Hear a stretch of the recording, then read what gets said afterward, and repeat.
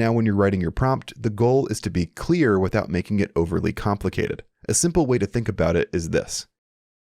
Say what you're building, who it's for, the main sections you want, the style you want, and any important features you already know that you need.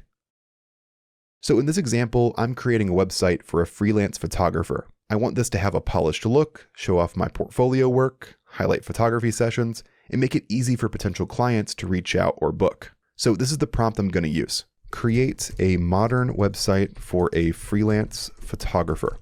Include a hero section with a headline, short intro, and call to action button.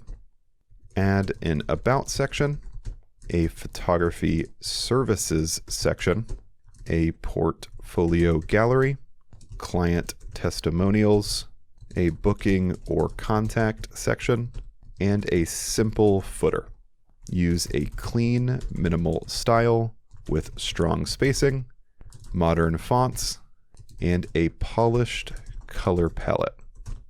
Make the website feel professional, trustworthy, and focused on getting clients to book a session. So this prompt works well because it gives Horizons a clear direction right away without trying to force every tiny detail into the first prompt. Once this first version is generated, we can always come back later and refine it. So I'm happy with my prompt that I've created here, and once you've written your prompt, go ahead and click on the purple arrow right here.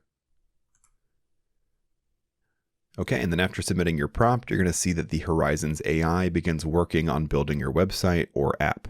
You'll see that it's going to start being built here on the right-hand side, and once it's ready, you'll be able to preview it here as well.